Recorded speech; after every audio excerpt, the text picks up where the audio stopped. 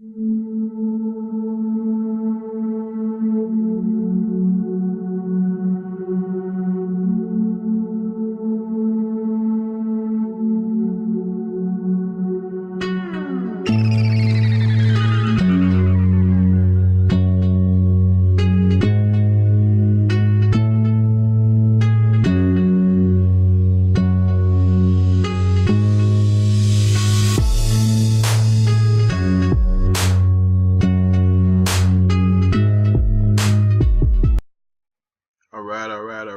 What's good, family? This is your brother Jeremiah, aka Firm Truth, aka Love All. All right, and I gotta tell you, it really feels good to be able to express the Holy Soul again after such a long absence of producing videos. Okay, so let me just state for the record that I have a lot of Jews that I want to give to y'all today. So just please bear with me, all right? Because I know how I can get, and I could be all over the place.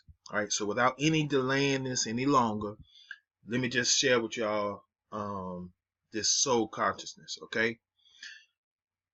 Today is going to be regarding like things about your divine spiral, cosmogony, sacred and divine mathematics, numerology, soul projection, secrets of life and death, things that just might possibly open your mind's third eye or your mind's eye, okay? The deception goes deep when dealing with witches, demons, sorcerers that perpetrate the deceit, okay? But in all fairness, we all have been groomed to be witches and sorcerers, okay? Our so-called captors or oppressors, or our teachers, our leaders, they taught us what we know today as mathematics, or what I like the term math magic, all right? And math or word magic, all right? And they have done this and taught us these things since young children, all right? And I say the word magic and math magic in several of my videos just to introduce it to you very slowly, all right?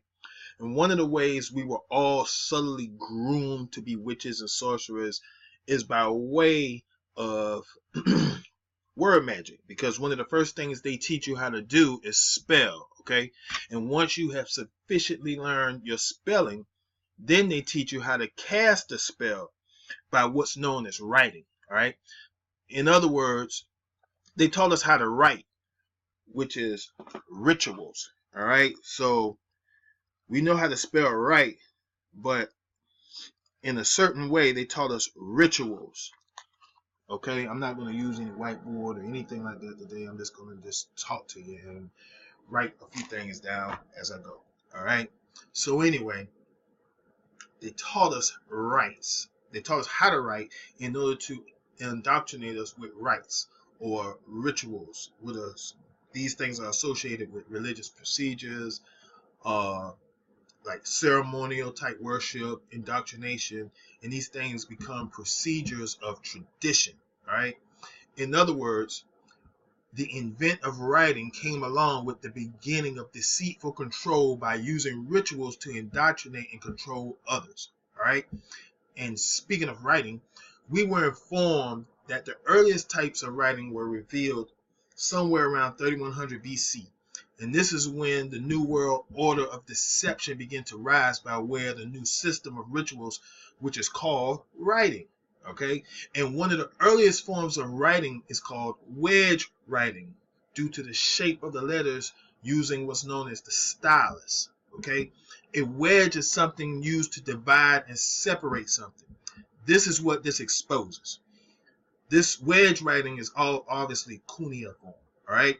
And although cuneiform is not the oldest spoken language, it is the most well-known and earliest form of writing in today's society. All right, this is not by accident, family, because cuneiform was like their chosen writing that they used to cast the spell of what's known today as his story or history. All right, history is a spell because history is simply his story. Okay, and stories began to be written in order to become ritualized, all right? And being that cuneiform, being that this style of writing was in the shape of a wedge, it was used to separate, or it was used to divide prehistory from history some 6,000 to 7,000 years ago, All right. And the writing or the ritual is still being perpetrated today, because today we are so learned in the crafts of sorcery by teaching us how to write faster by what's known as cursive, writing cursive. All right. This style of writing allowed us to compose and cast our spells faster under a world system that was designed to divide and deceive. All right. We were taught how to cast spells and curses by way of writing them out in order to make them real and in order to manifest them faster. All right.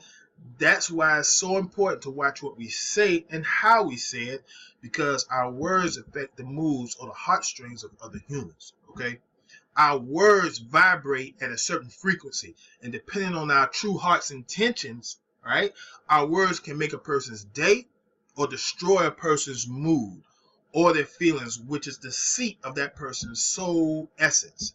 Okay, so this is why I use the terms word magic, because whether you know it or not, you too are witches. You too are magicians, in the sense that we have all been taught how to cast spells and curses and how to manifest them at a young age before we even had a chance to question it.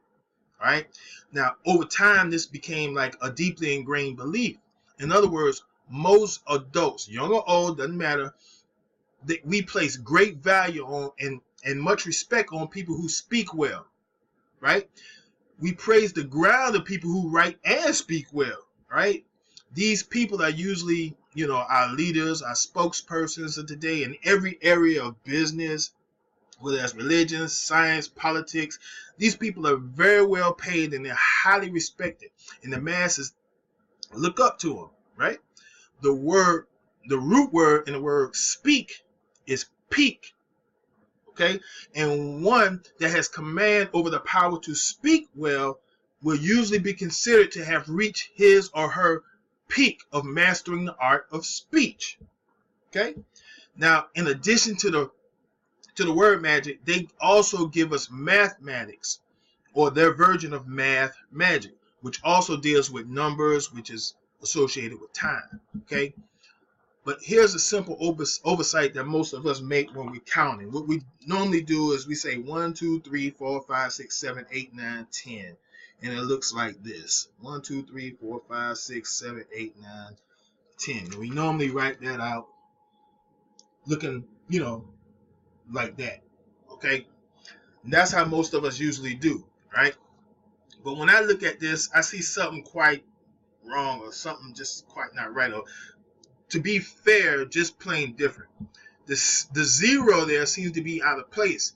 The zero should start the number series. It should be something like this.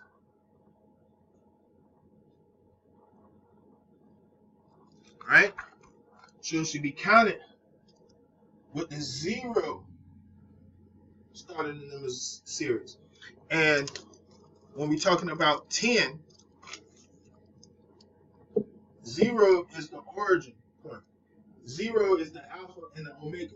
The 0 will begin and it will end with 10. Okay?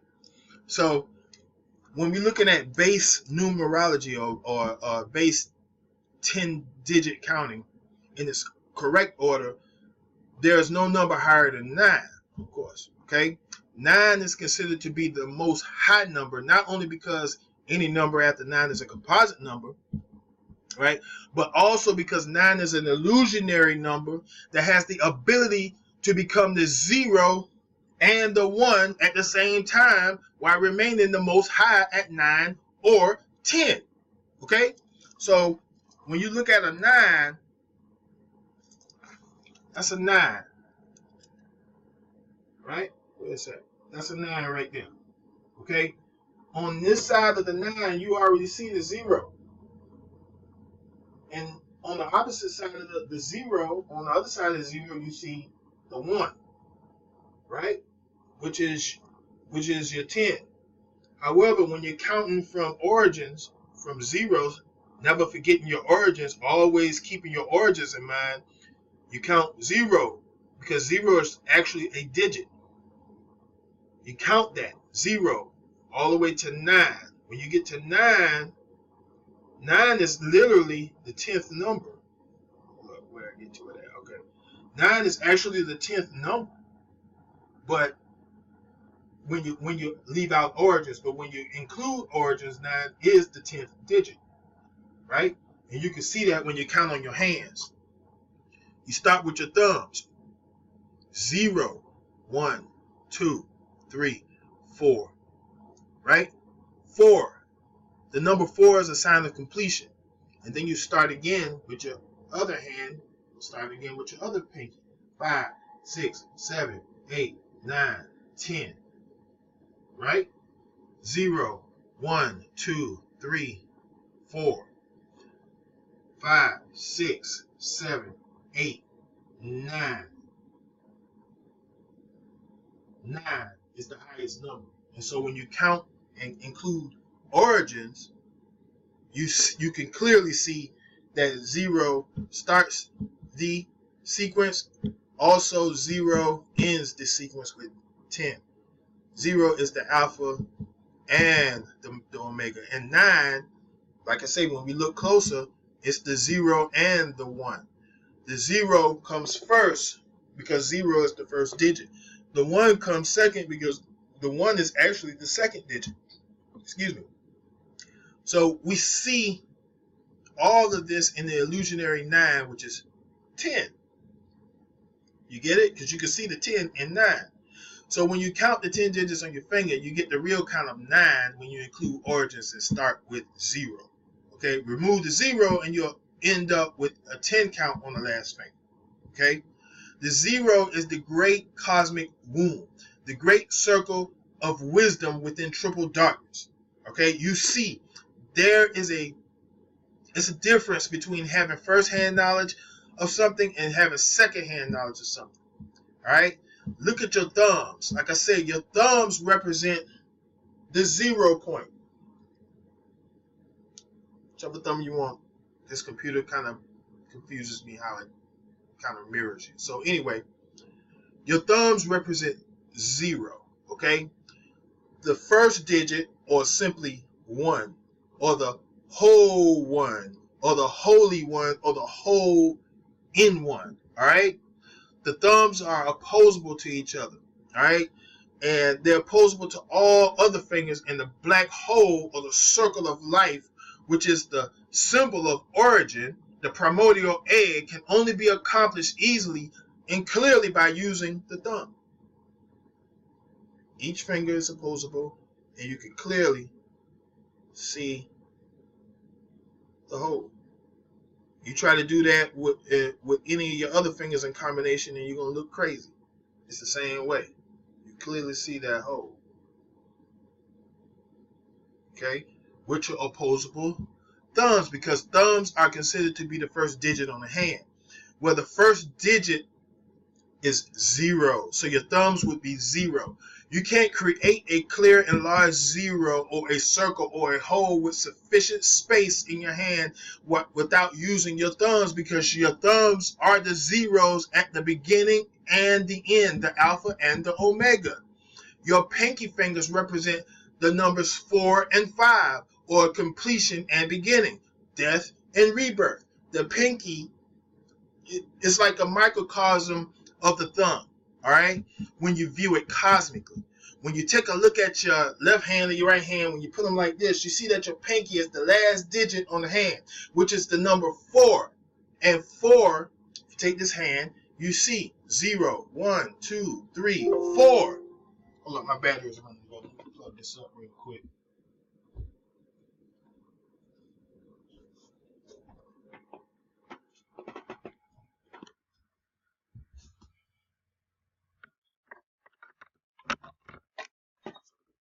Okay, my bad, y'all. It's probably, I don't know how it's going to look to y'all, but my computer dims when it charges. But anyway, where was I? On the pinkies. All right.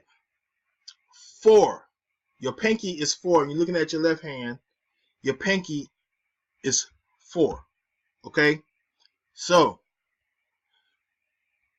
like, and 4 symbolizes foundations, as in having 4 tires on a car, or 4 legs on the table, etc. The left pinky and I'm saying that for just the sake of this example. The left pinky on this hand simply means that the foundation has been completed. All right.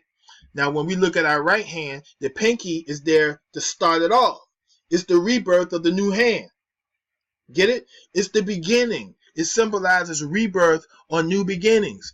It's the 5, or the polar opposite of the 4. And 4 plus 5 is what? 9, the Most High.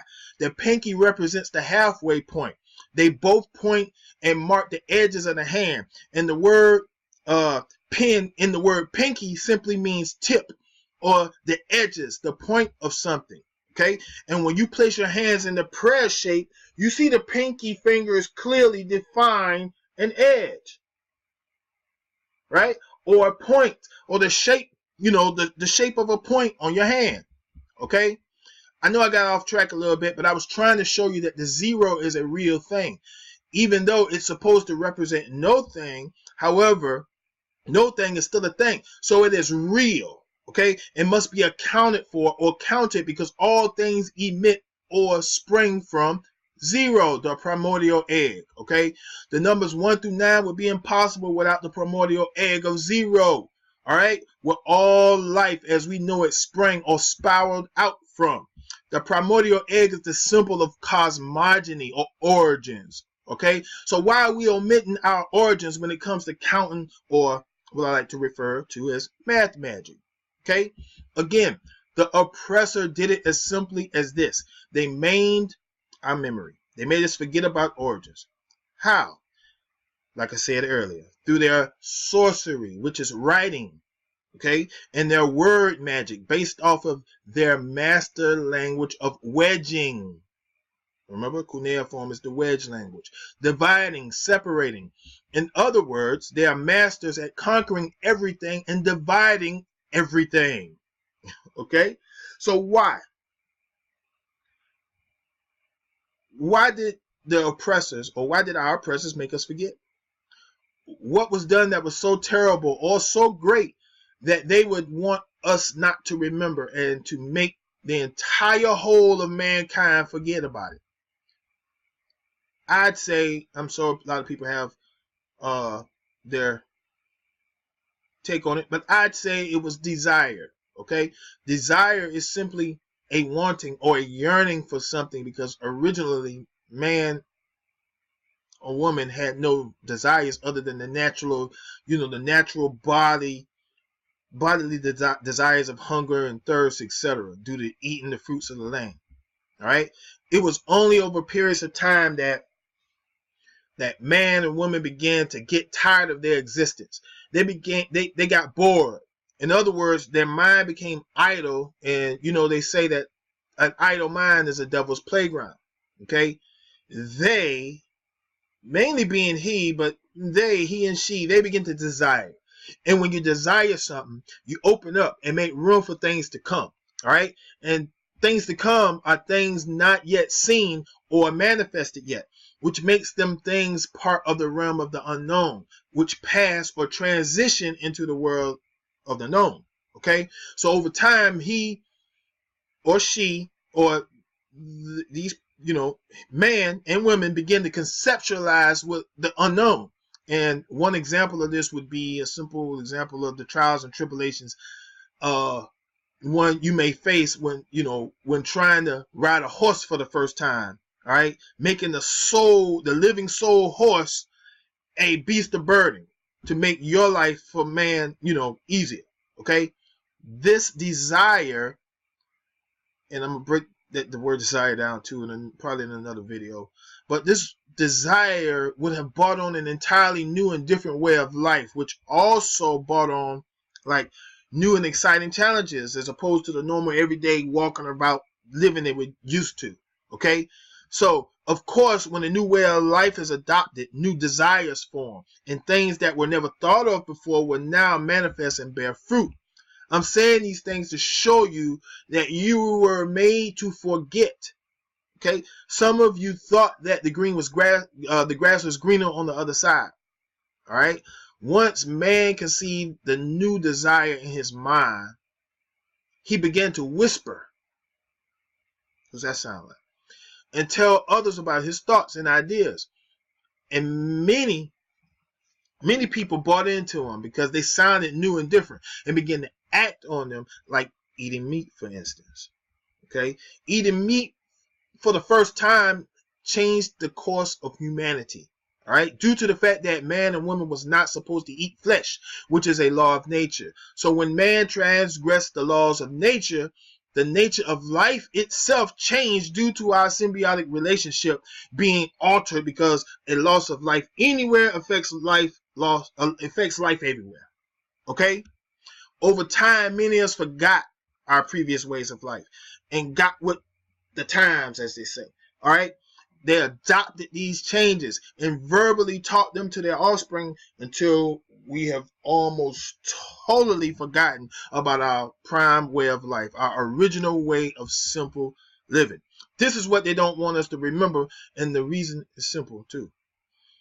I mean, obviously they will lose their influence and control over you if you start to remember and begin to act on those memories. You see?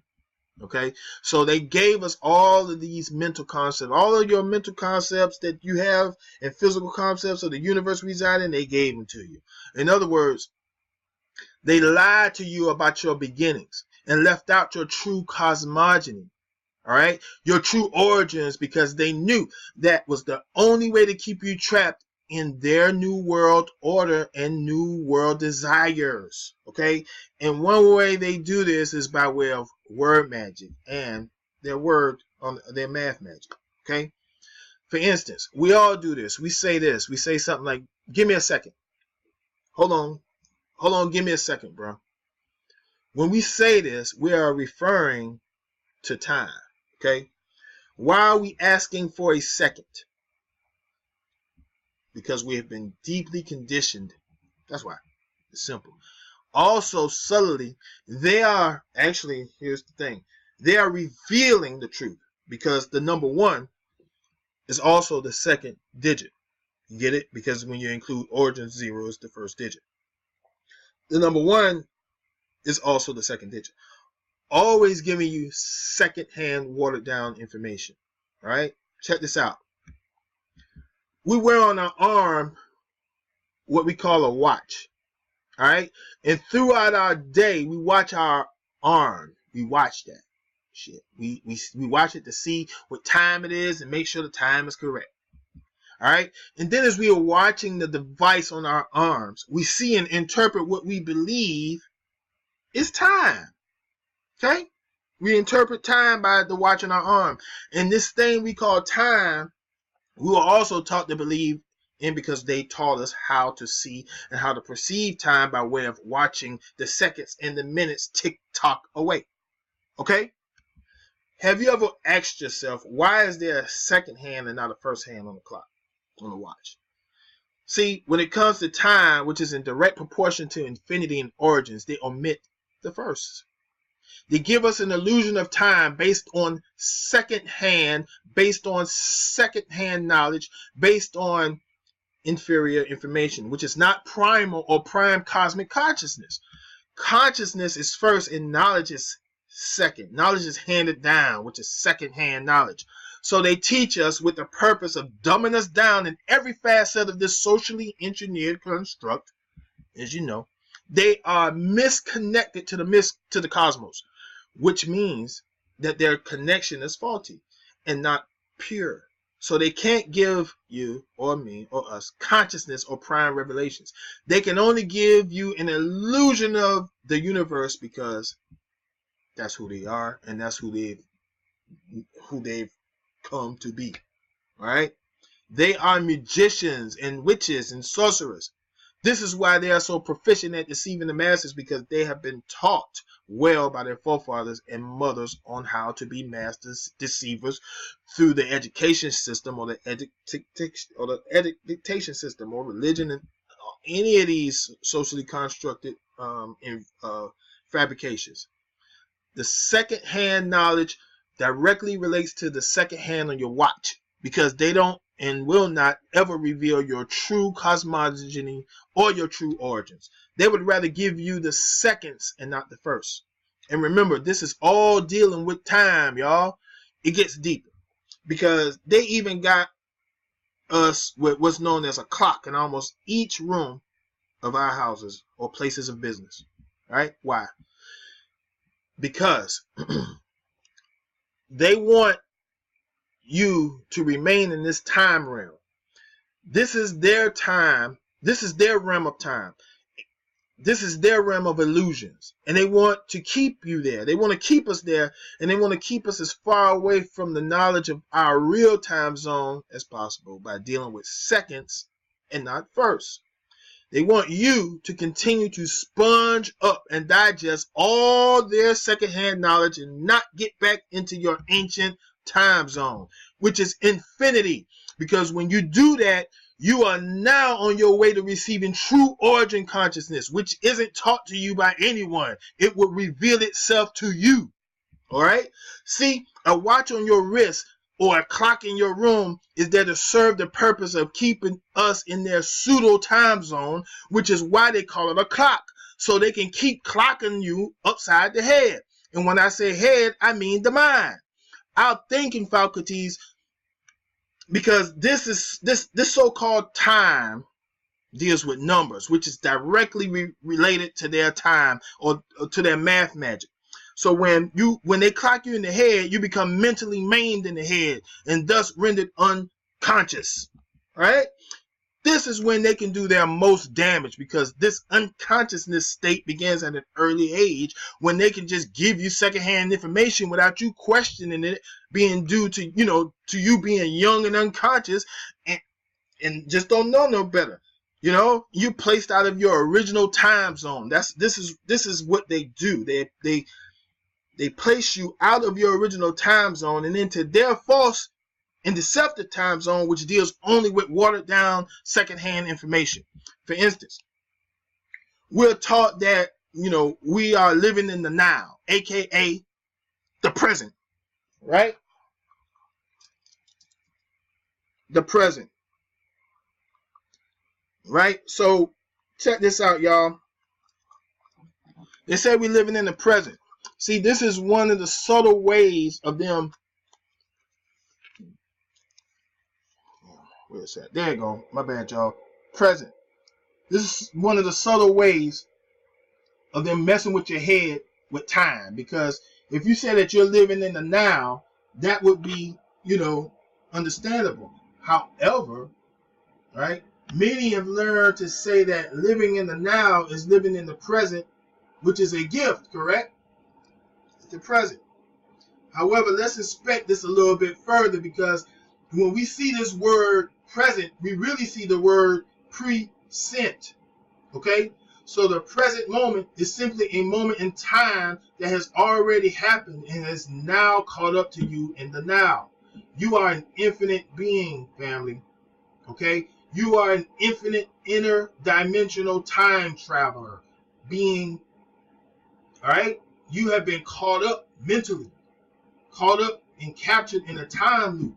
Every day, most of us wake up and we repeat this same routine every day without realizing that we're in a time loop. Your daily wakings and sleepings are simply microcosms of your life and death, being that your life repeats itself in a loop much the same way as your daily existence. And that's why it's called the present, because your life existence is originally preset and then present on time and continually resent. So if you look at the word present, you see the word resent in it. Okay? So your present is a moment in time that was present to you, and it's constantly being resent to your current present. You understand? The life you are living now, you have already lived many times over again. And now if you are awake, you know that your life is truly under review at this point by you. So what does this mean? This means that the very first beings that ever existed on earth are still living and are still existing within their time loop. In other words, because you are here existing in the now means that you have always existed and are of the first people or personifications to ever walk the earth. Because remember, the now is simply the present, which is a state of pre-existence that has been present and resent, arriving now from your so-called past.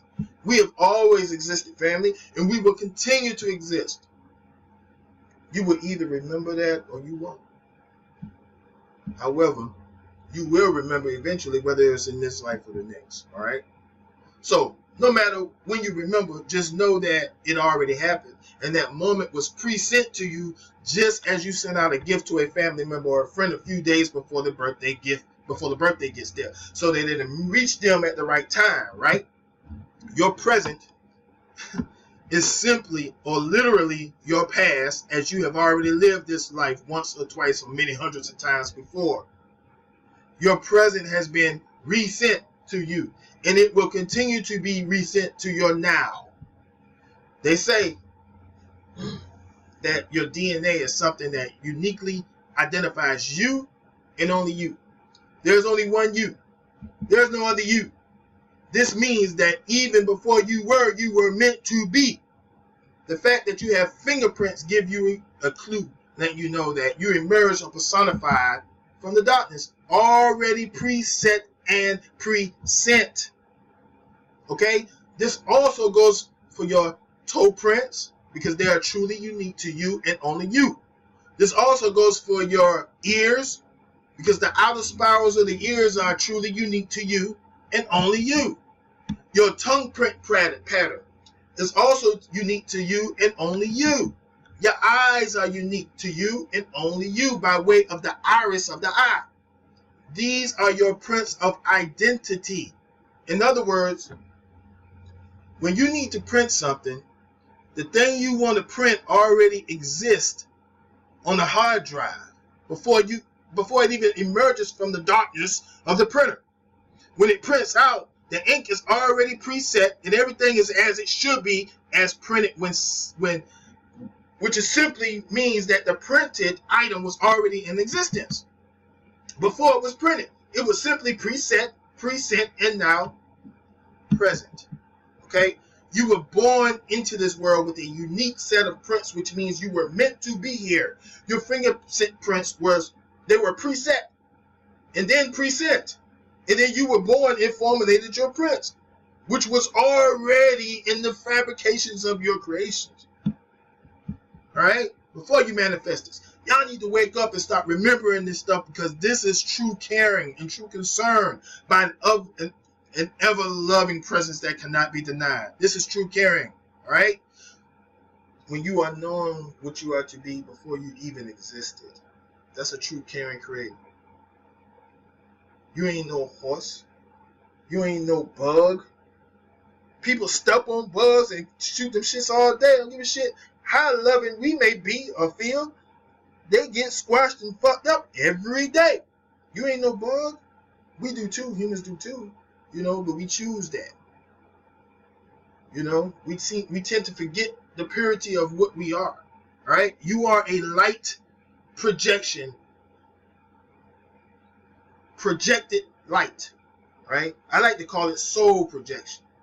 A young lady asked me, or talked to me actually last year in 17 sometime, about soul projection. I was telling her that I soul projected, and she was saying that she astral planes, and a lot of people really don't know the difference. But I'm gonna give you a bit, a little bit of. I'm gonna reveal that to you in this. Hopefully in this video, if I can get to it. All right. But like I was saying, and I want her, if she's watching, I want her to know that I'm actually addressing her issues, hopefully, and just I won't share what she shared with me, but hopefully that will help her. Okay. You are a light projection, a soul projection. Every person is a light, aka a star, manifested out of darkness. A star is not a hot burning ball of helium and hydrogen fusing and converting to each other. Hydrogen, helium, all that. No. A star is simply a light. A light is a natural source of manifestation. Everything we see, even the stars being projected, are being projected from the inner darkness outward. Okay? This is easily overstood when you don't identify your body as your true essence. Okay? The true essence of darkness and all light is within darkness, no matter how bright. So, no matter how bright the light is, the true essence of that light is darkness, because the light is being projected from the darkness. Okay? You are not the body. The body identifies the infinite physical you, but the real you is of the darkness manifesting the light outward. Okay? You do not have a beginning or an end. Time is simply an illusion. You are infinite, as you have always existed and will always be you and only you. So when you see a star and you wish upon a star, you are simply making a request to yourself, you see, because you are seeing a reflection. Each star is unique and just like you. Each star is unique and it's a reflection of you, and vice versa. You are the reflection of a star. You are the light that shines in the darkness, and the darkness comprehended it not.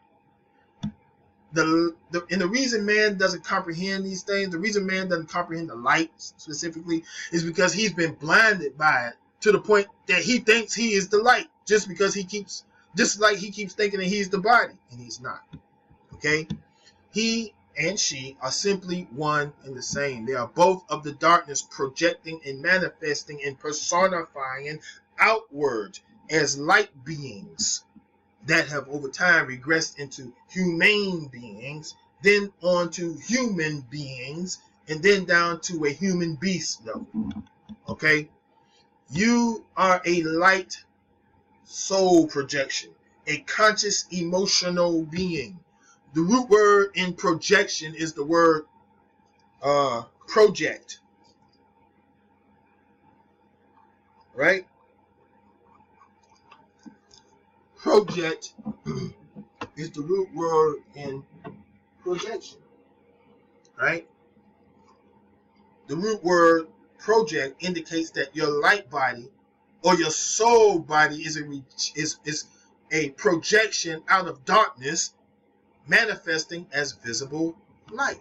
In other words, you were assigned a project by your own authority,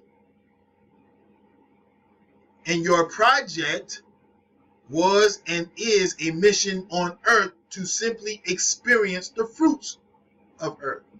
Some of us are assigned the projects of saving lights or relighting souls. Also, when you look at the word project,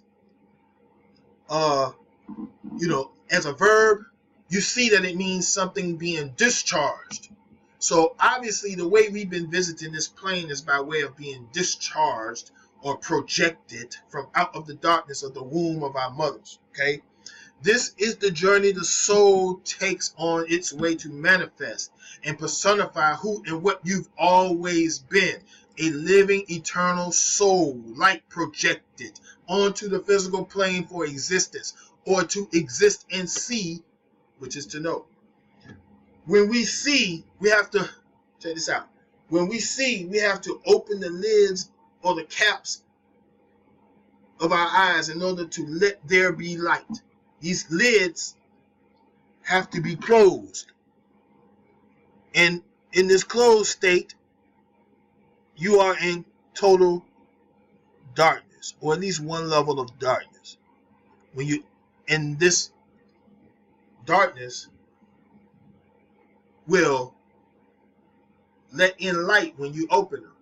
This means until we open up the caps or the eyelids, we are in darkness. The darkness creates this space, and we see the word arc in the word dark. And when we look at the eye, we clearly see the arc shape. You see the arc shape above the eye. Okay? Just like our beautiful flat plane design with a dome-like covering, the eyelids are the beautiful, the beautiful arced eyelids over the eyes like caps. Now, let's take the word space and reverse it. Let me get another page. When we take the word space and reverse it, we get E caps. Now, like I was saying, the eyelids are the lids or the caps over your eyes. When we reverse the word space and space, we see the word E caps, and E caps simply stands for eye caps, right? Now we have the word E caps or eye caps. Now, like I said earlier, your eyelids are your eye caps, which creates the darkness of space. When you open your eyelids, things begin to manifest visually, which means out of darkness comes light. Light is then allowed to enter through all the clear and transparent layers of what's known as the cornea of the eye. The cornea of the eye is like the dome over our flat earth plane. Then the light is allowed to enter the pupil, and the pupil, once it passes through the cornea, through the 5 layers of the cornea, which is a clear, transparent, dome-like structure over the flat plane pupil area, then the light is allowed to enter the pupil, and the pupil is the student. Okay? In other words, the student gains first-hand consciousness by way of receiving light. The mother goddess called Iris, the iris part of the eye, protects the student by allowing the student to receive the perfect amount of light, or else too much light will blind the student or the pupil. The student will have information overload and begin to malfunction if allowed to attain too much light too fast. Why? Because the student or the pupil's true essence is in darkness. The pupil seems more at home in darkness than being in light, because darkness is peace and tranquility and creative essence. Because when you have a thought, you really want to think and come up with something, you usually close your eyes. You go to the darkness to pull out that creativity. Being in the light is simply to manifest out of darkness, to experience for a time, and then return to your eternal state of darkness. See, when you sleep, your eyes are closed, and you return to triple darkness. The first degree of darkness, you typically sleep at night when it's dark. That's the first degree of darkness. The second degree of darkness is when you're ready to go to sleep and you turn off all the lights in your house. That's the second degree of darkness. The third degree of darkness is when you actually close your eyes and go to sleep. This is what's known as triple darkness, and you spend anywhere from 6 to 8 hours of this time zone in triple darkness. Okay? This is why we blink. Check this out, y'all. When we blink, we link. When we blink, we link. What does this mean? When we blink, we link back up with the eternal potential of the womb of darkness, and it's known that the average person blinks anywhere from 15 to 20 times per minute. Some crazy number like 28,000 times a day, which is way more often than we need to lubricate the eye, right? So why do we blink so often? Even unconsciously, why do we blink so often? Because, like I said, it's way more than enough than we need to actually just lubricate the eye. So why do we blink so often? Because when we blink, we link. We link back up to source, and we exist. We exit this time zone and enter our real time zone, which is infinity. When we blink, we link, or we close our eyelids or our eye caps. We create space, darkness, or potential. Okay? When we look up at the sky at night, the same darkness we see when we close our eyes, when we look up at darkness, it's like that's the same darkness. So when you close your eyes, you see that darkness. That's the same darkness you see when you go outside and look up at night. All right. The stars are just conscious lights, which I'm going to do my best to try to explain in just a few minutes. All right? When we create space, we create room for a place. Right? This potential, this is what's called potential, or potential at work, right? And the place that occupies the space is the tent in potential. So when you look at the word potential, you clearly see the tent in the middle. All right? Because we all agree subconsciously before time, before anything, before any earthly manifestations, we all agree subconsciously that there will be a place within the space in order to create, and this was known as potential, with the tent in the middle. Okay? This creation took place within the darkness, and within the dark is the arc. So again, when we blink, we link back up with this dark arc of potential within the halls of knowing in order to reset and create. We've just forgotten that fact, y'all. That's why we usually blink after a sentence or finishing a thought. We blink. And we do it sometimes to conjure up another thought to use, in which we translate the thought into words. Okay?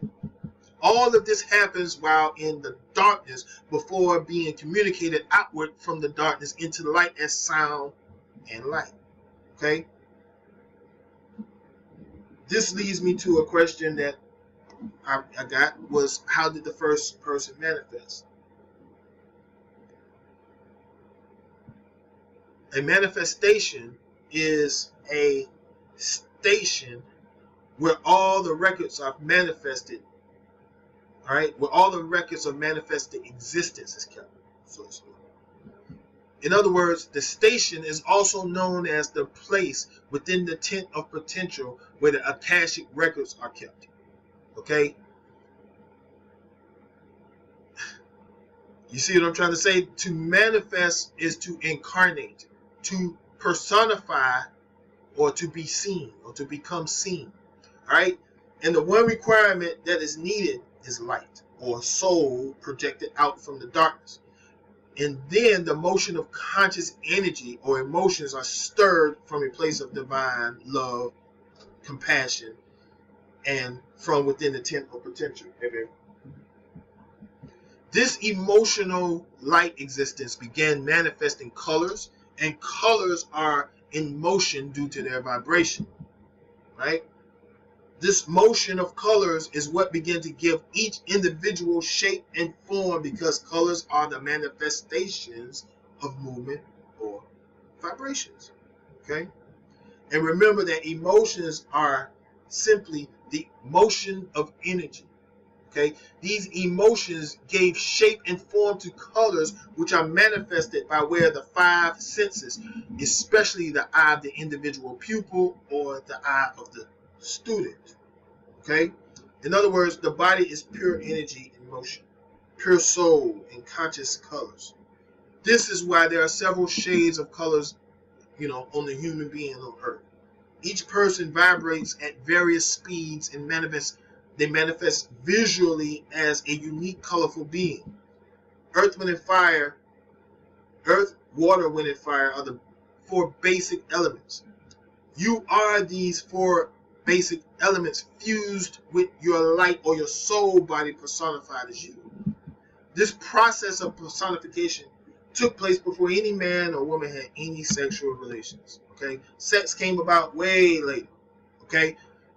And we know today that all life enters this realm by way of a female womb.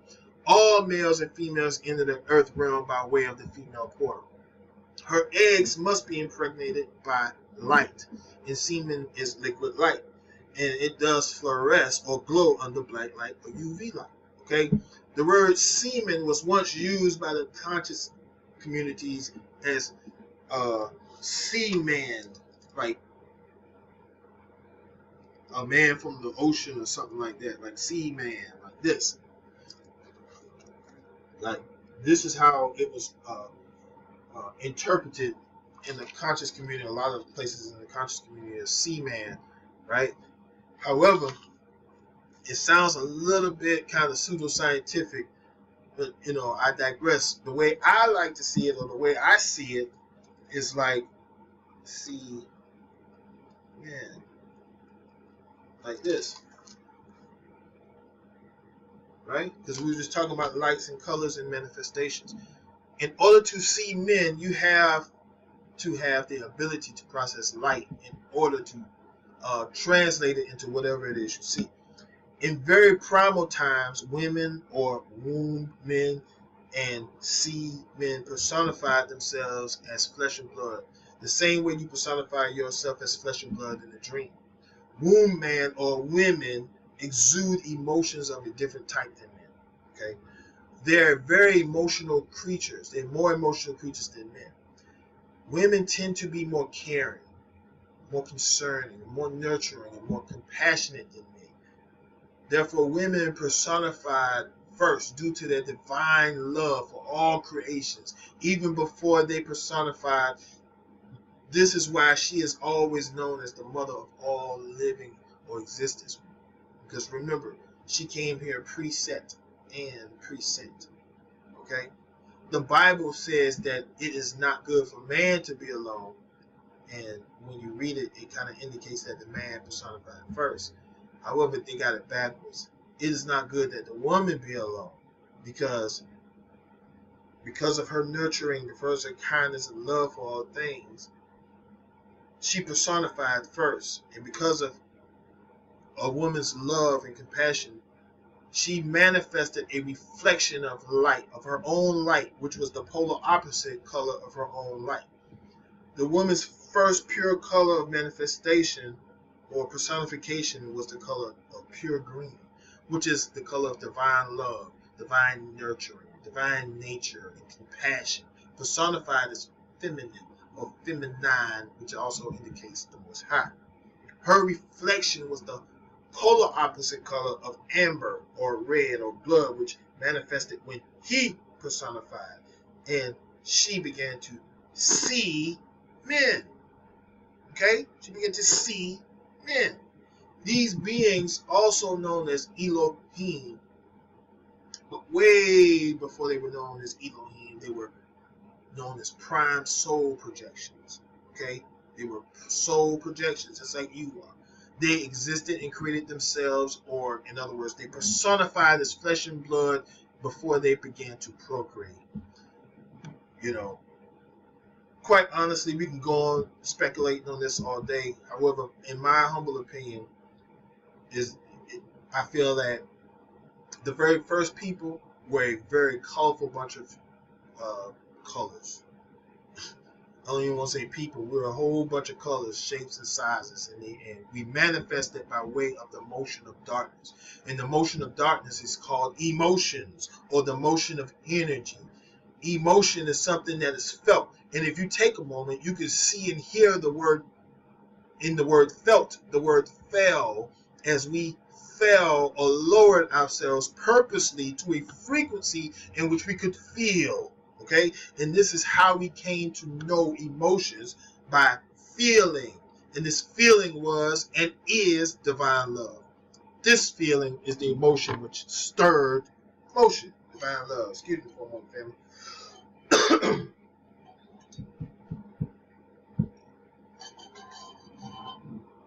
All right, excuse me. And we all know what happens when you stir something. It begins to spiral, right?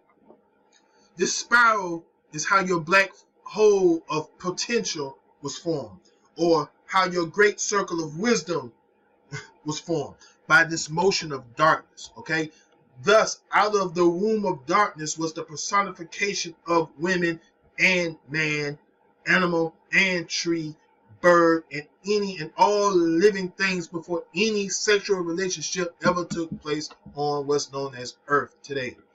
Earth is known as Mother Earth because she is the mother of all earthly living things. All life came into existence pre-stamped and was known what they were to be before they personified. This is origins because your genetics were pre-stamped before being printed, okay, or personified. A personification is simply a representation. You are a representative from out of the womb of darkness, and that manifestation has projected itself as colored light. You are a representative. You represent. Let me write that down real quick. You are a representative because you represent the halls of consciousness within the vast infinite sea of potential within the tent in the middle of the great circle of wisdom. Look at this. Also, as a representative, you must present, see that? You must present yourself, okay? Also, you must represent yourself or represent yourself, which means you must make the presentation and become present again.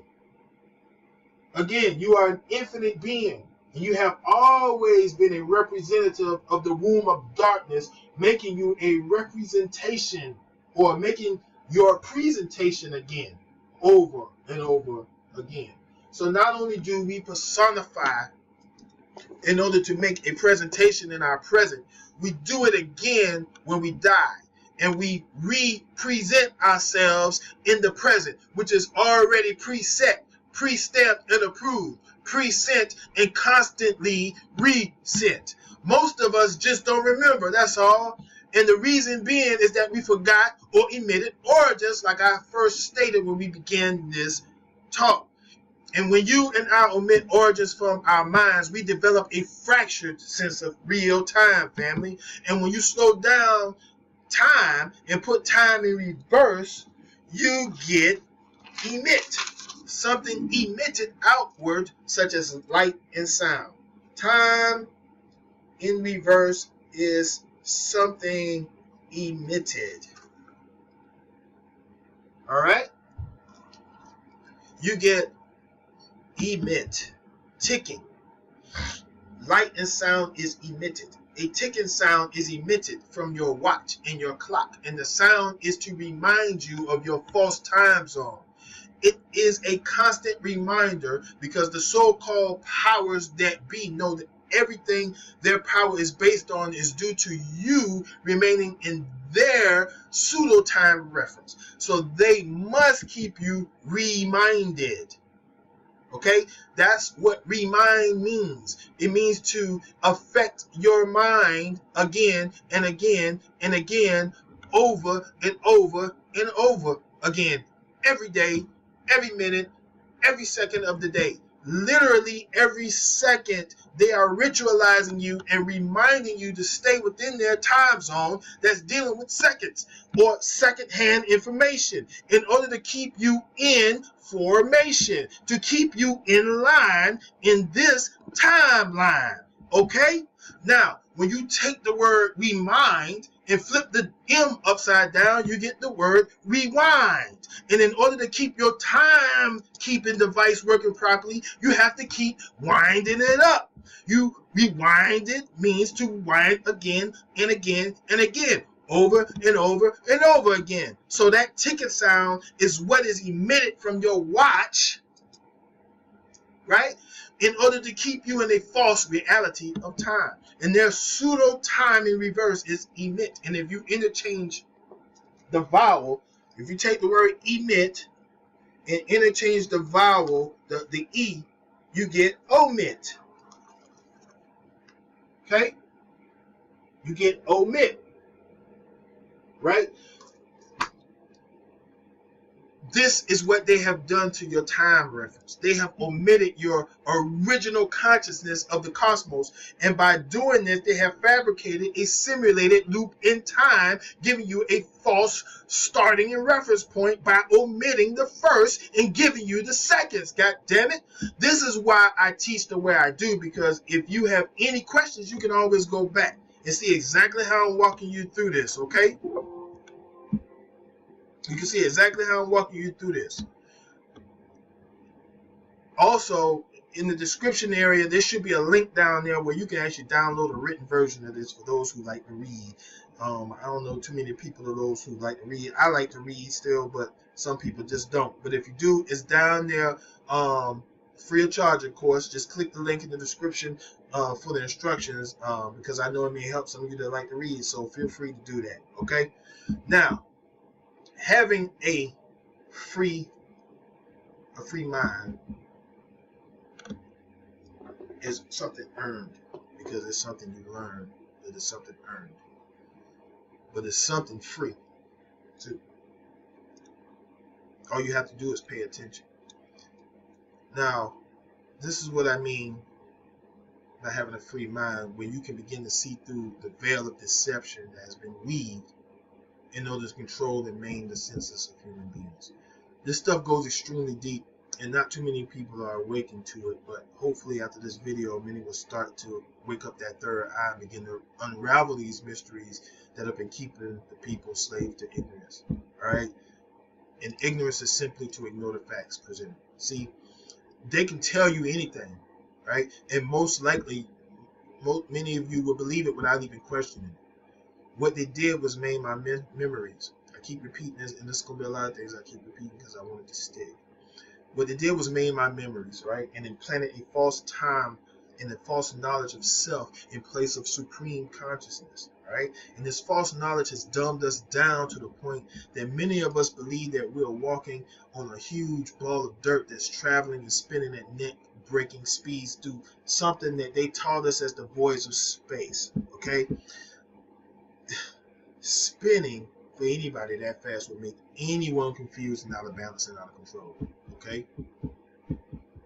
See, they being your oppressors in the form of teachers, leaders, even our parents, being that they only have secondhand knowledge to feed us, which is designed to dumb us down. They take from what they know to be origins, okay? And because they have a faulty connection with the cosmos, they only know how to lie and deceive, okay? Even some of our parents were some of these deceivers, you know? I mean, and some of them were still good people. We consider them good people, but it is what it is, okay? Another thing I want to talk about too is the spiral life, obviously called spiral cosmogony. That's a term I coined, and I run with it. The spiral life. The spiral cosmogony is the spiral of life, the spiral of creation, the spiral formation of your universe, the great coil, the great kundalini. What they do is they fabricate watered down information or secondhand information and say this is your universe, and they give you a picture of some shit that look like this. I don't know if you can see that clearly. It's supposed to be a picture of a spiral galaxy, right? And then they have some that look like this,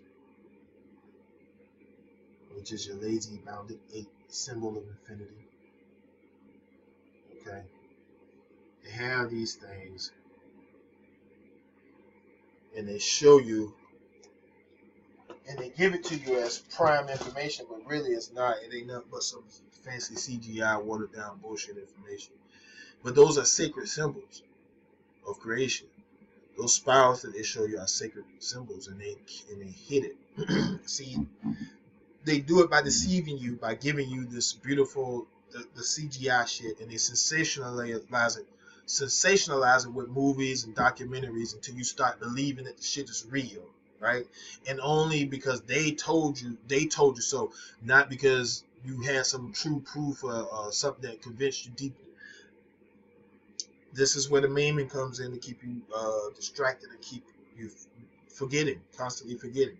They take the spiral or the slow spiral concept and apply it to their sorcery and their witchcraft, cursing you to believe that you are existing on a spinning ball. Okay? This is what they sold to us, and we bought it hook, line, and sinker. Right? From from a microscopic perspective, the spiral of life is everywhere in nature and so abundant in the body, right? They say that we have what's known as chakras.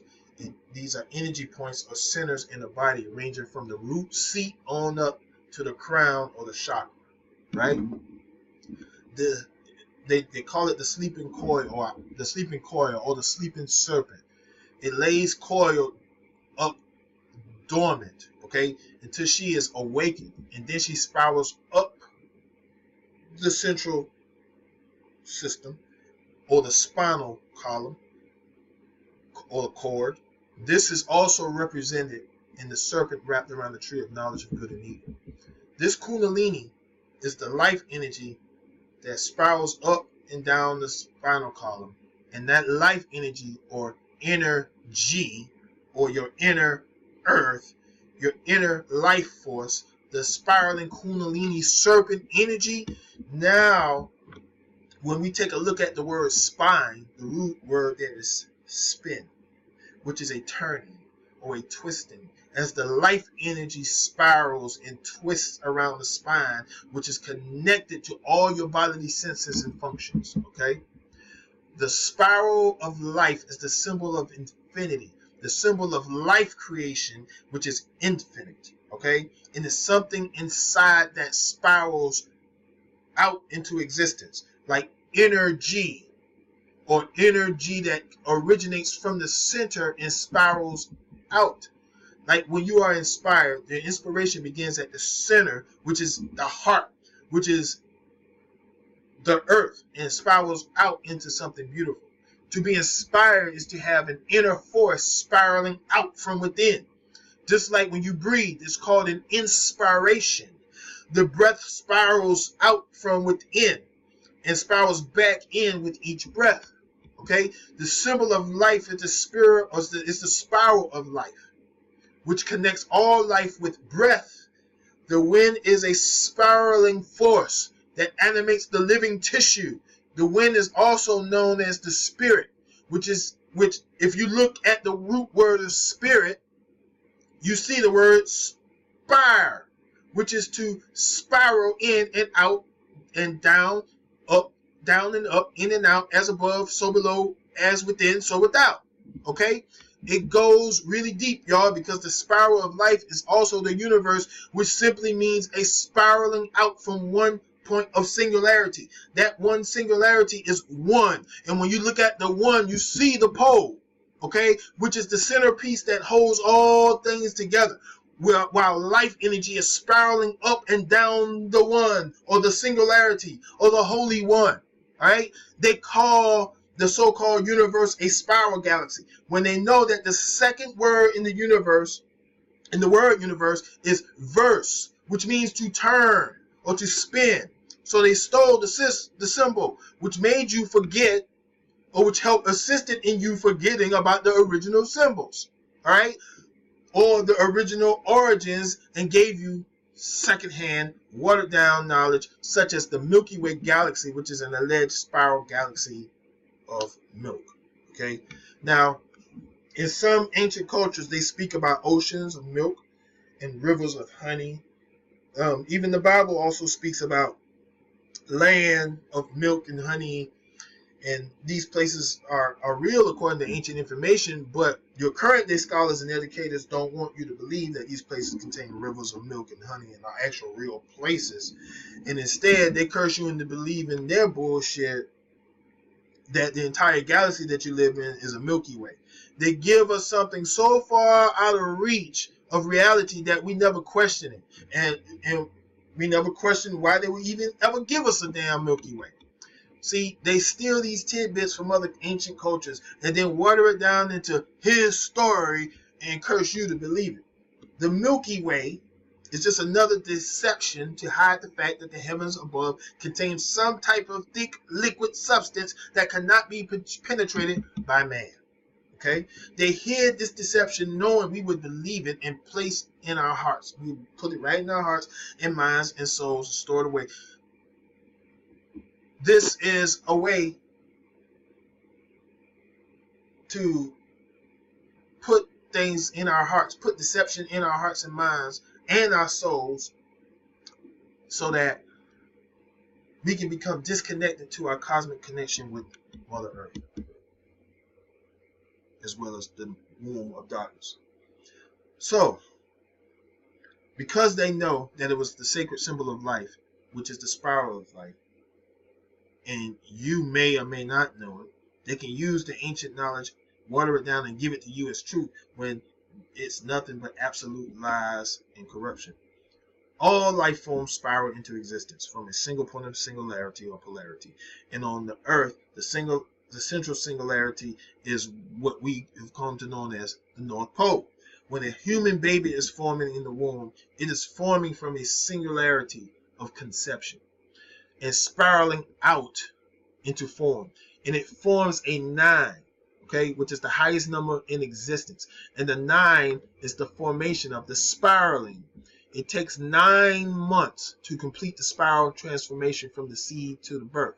Okay, it takes 18 days after the conception for the heart to start beating. Okay, 1 + 8 is 9. The number 9 is the spiral of life.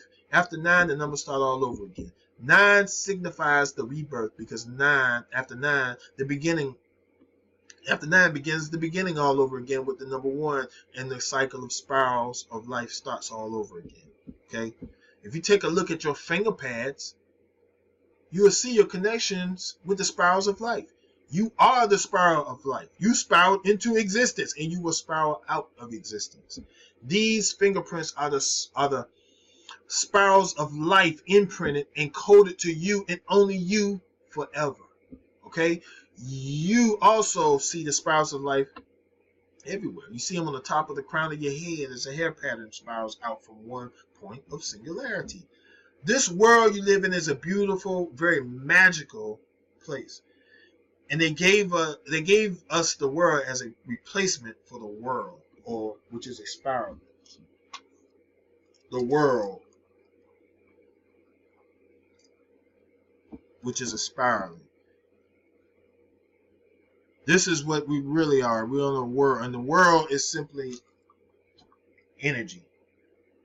Just like you, we're a spiraling force of energy. Okay, you exist within a spiral cosmogony. In other words, your origins are comprised of spirals, which forms concentric circles like a spring, or in other words, sacred geometry. Okay, and origin simply means to rise, just like the sleeping serpent, or the kundalini, or the great coil. When you awaken it, it springs up and rises into action. The act of coiling or twisting or spinning is a natural phenomenon, just like your sky or your so-called night sky and day sky. It's turning, it's slowly spinning, and you see this spiraling every night as the stars twist away, and you also see it when the sun crosses every day from this spinning or spiraling or twisting away of the light. But yet they'll tell you, or they'll say to you, no, you are spinning. They say that the earth is spinning really fast, and that's why you can't feel it. I used to believe that, but now I'd rather stop believing and use my right eyes, to use my senses now, and to see the truth with my eyes wide open before a time comes when they're making a crime to use your own God-given senses. That's a damn shame they do that. Okay? And I believe that they will try and go so far as to not only silence you, but to make it an illegal crime to even think freely or to think critically. Can't y'all see that shit coming? Let me just, hopefully I can end this this video, this session, with a little bit of free thinking here. Now, check this out, y'all. At nighttime, the stars come out and they become visible, right? Also at night, you go to sleep. And this is when you take the leap. You can hear the word leap in the word sleep, right? So now, what is sleep? You know, according to the dictionaries out there, or whatever, you know, sleep is when the eyes are closed, the body is relaxed, the muscles are relaxed, all and, you know, the nervous system is inactive, and your consciousness is practically suspended. Your consciousness is suspended. We all know what sleep is because we all do it every night. Just like the stars come out every night, there's a reason for that, in addition to the obvious fact regarding the absence of the sun, which I'll reveal in a minute.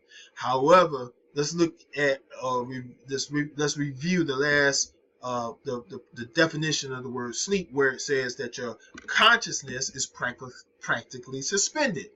What does this mean? They say that consciousness is simply a state of being awake and aware of one's surroundings, which is saying that when you are sleeping, your state of awareness of your surroundings is suspended. Okay? What does it mean to have your consciousness suspended? It's just like when you got suspended from school. Getting suspended from school is temporary. You may get suspended for a week or two. And once that week or two has completed, the suspension is now over and you can now come back to school, right? Well, this is what they are trying to tell you in plain sight. For all intents and purposes, this is what happens when you sleep. Your awareness of your consciousness, or your awareness of your conscious life that you know of right now as we speak, is temporarily suspended. In other words, every night you have to temporarily leave this dimension completely and return to the stars. Now, when I say completely, you still have a direct connection with your body, and I'll explain that in a minute. But every night you have to return to the stars every night. And during this time of suspension, because when we look at the word suspend, we know that it also means to hang up from somewhere. Just like the chandelier hangs from the ceiling, the stars are hanging or suspended from the sky. Okay? Now, to go a little bit deeper, in order to hang something up, one must come from a place that's below first. In order to hang up the chandelier, you must climb from the floor first and then climb up. And then when you're done, you climb back down. Okay? When you want to switch the lights out, you have to go back up and then come back down. Well, this is what happens to you every night when your consciousness is suspended from your body and rises up. And we all see your consciousness in the form of a shining star that's projecting out of the darkness every night when you sleep. So when you are looking up at the sky during the dusk and all of a sudden you see a twinkling of a star appear, it's simply telling you that someone just traveled back home. Someone just went to sleep. And like I said before, you hear the word leap in the word sleep. Because when someone just basically took a quantum leap, so to speak, back to the presence of the Most High, right? Which resides in triple darkness. And you are that light that shines out of the darkness. That's why they call it a shining star or a shine in tar. Because you see the word tar and star. So a shining star is simply a shine in tar. Okay? Now, you see the word tar and the word star, and tar represents obviously the triple darkness from which you shine from within outward as a soul projection. Every night you take the leap of faith back home, and when you wake, you leap while asleep back into your body, because the leap of faith is really the leap of eighth, or simply eight, and you can hear the word eighth in the word faith.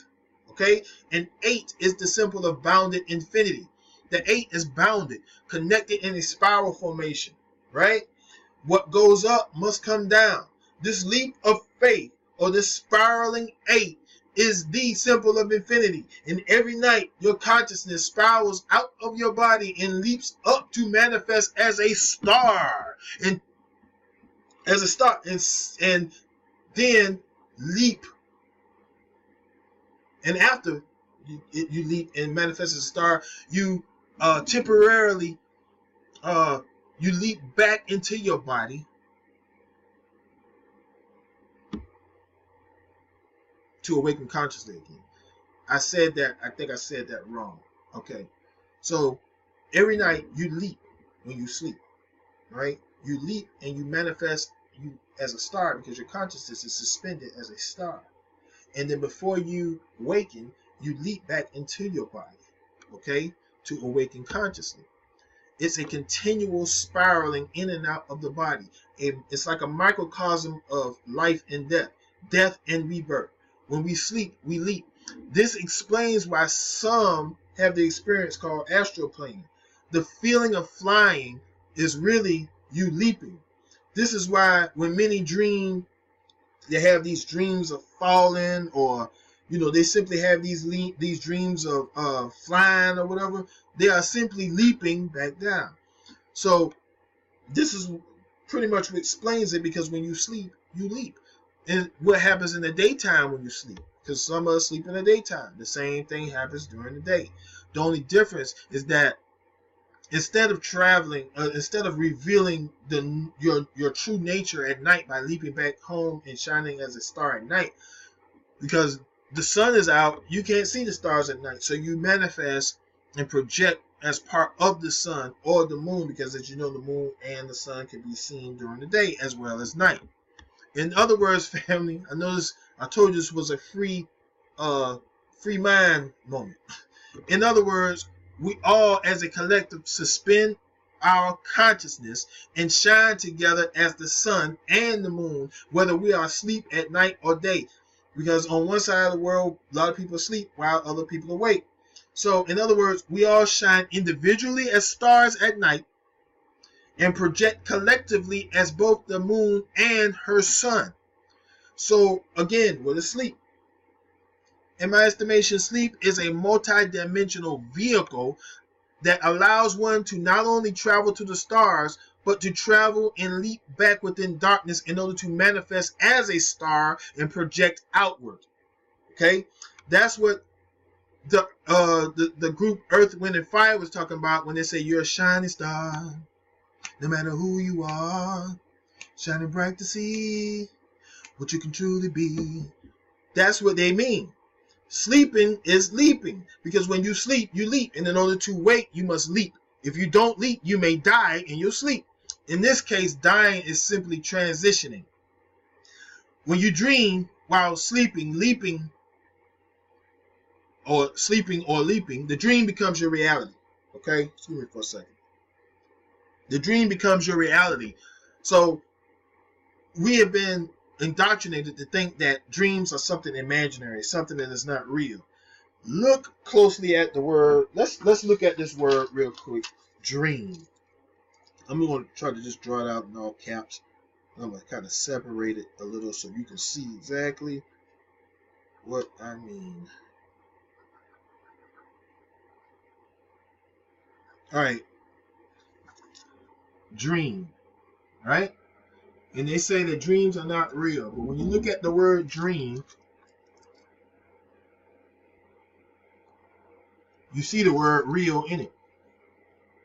You see that? You take that first stem of the M and you see the word real. And you also see the word realm. If you keep the L in this, obviously add the M, you see the word realm in there. Dreams are real, and they're within the realm of the real. Don't let it get twisted in your head. All right? You see those letters. You see the word real. You see the word realm and the word dream. They hit it there.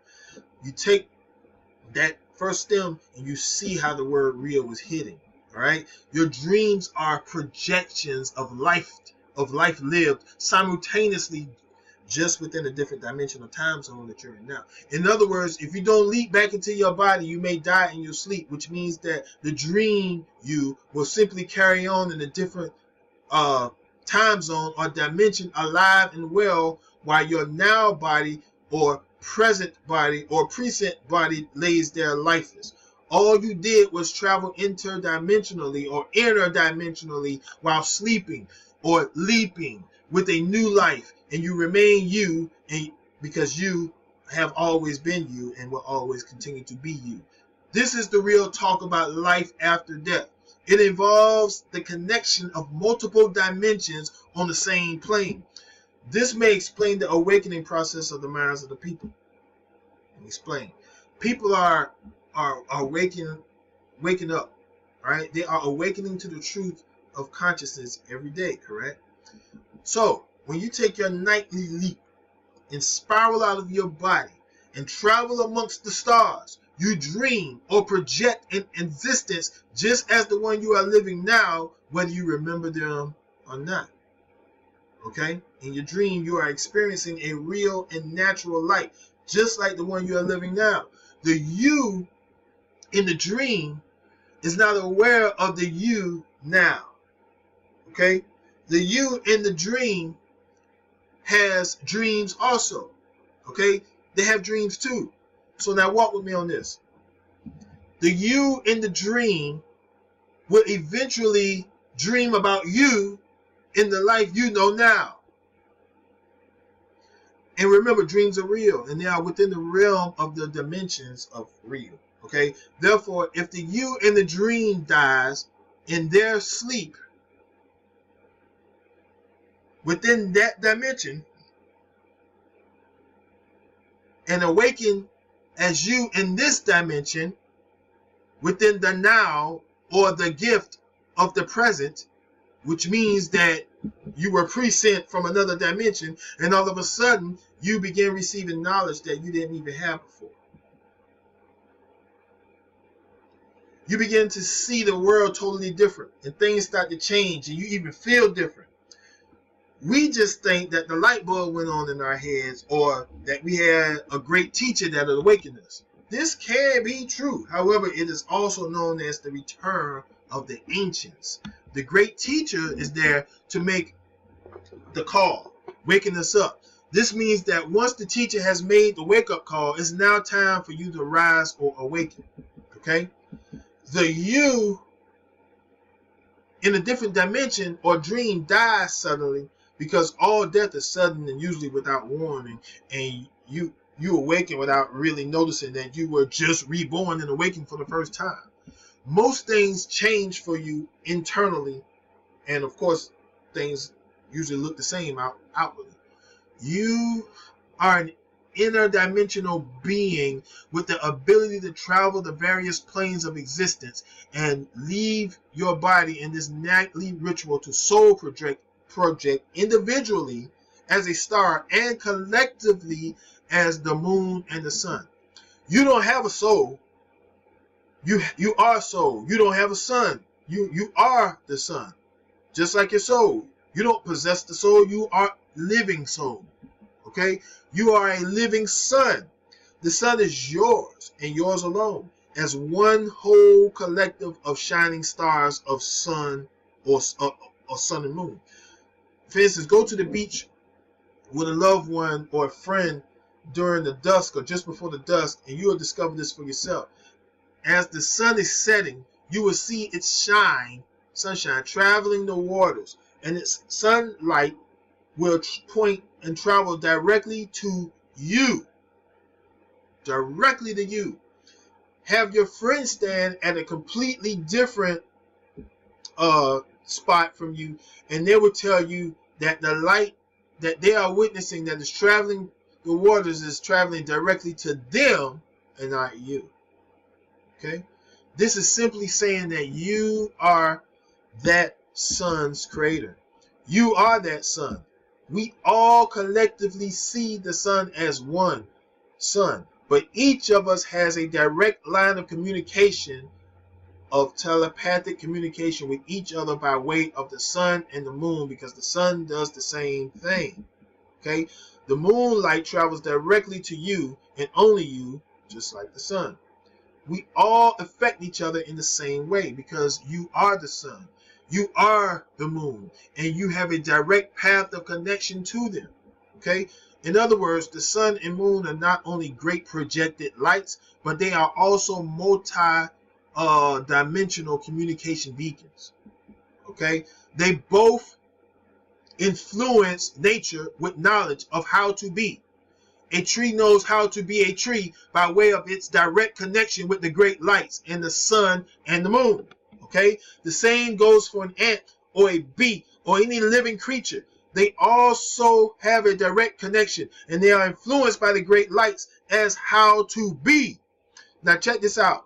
We, the stars, are way off in the background, projecting outward from the darkness.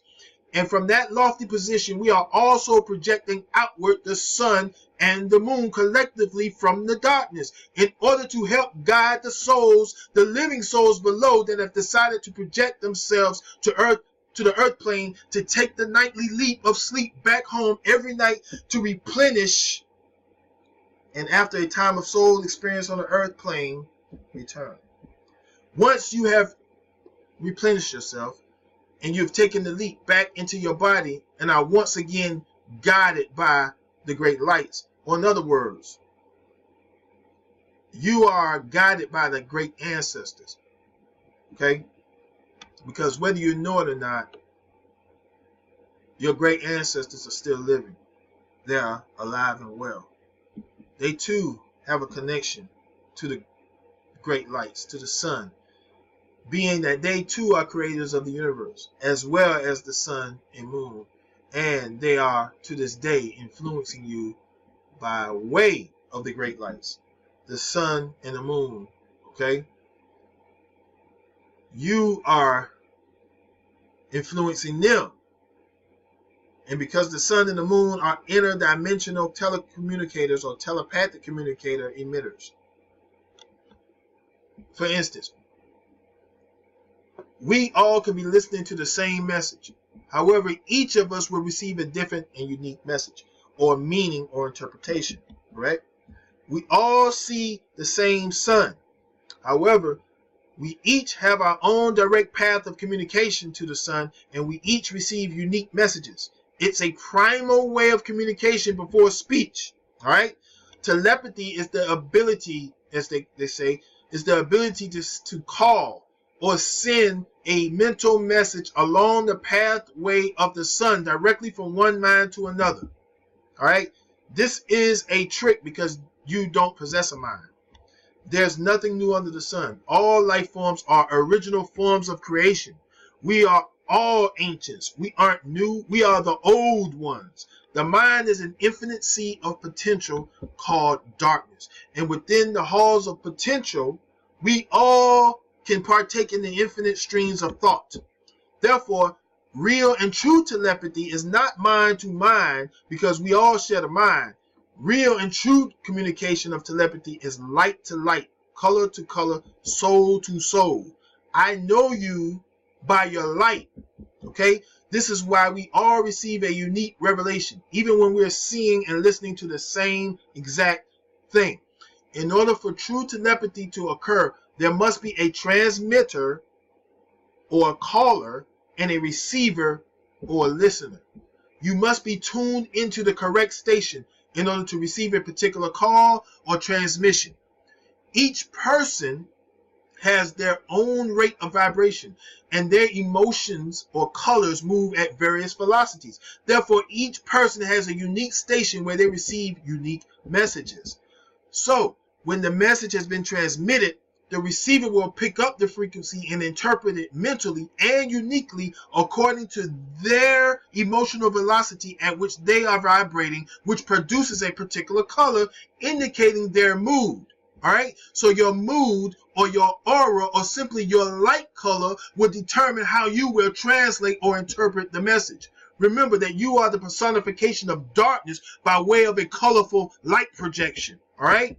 All this means is that we receive visual messages or images by way of light entering the eyes and forms an image in the brain.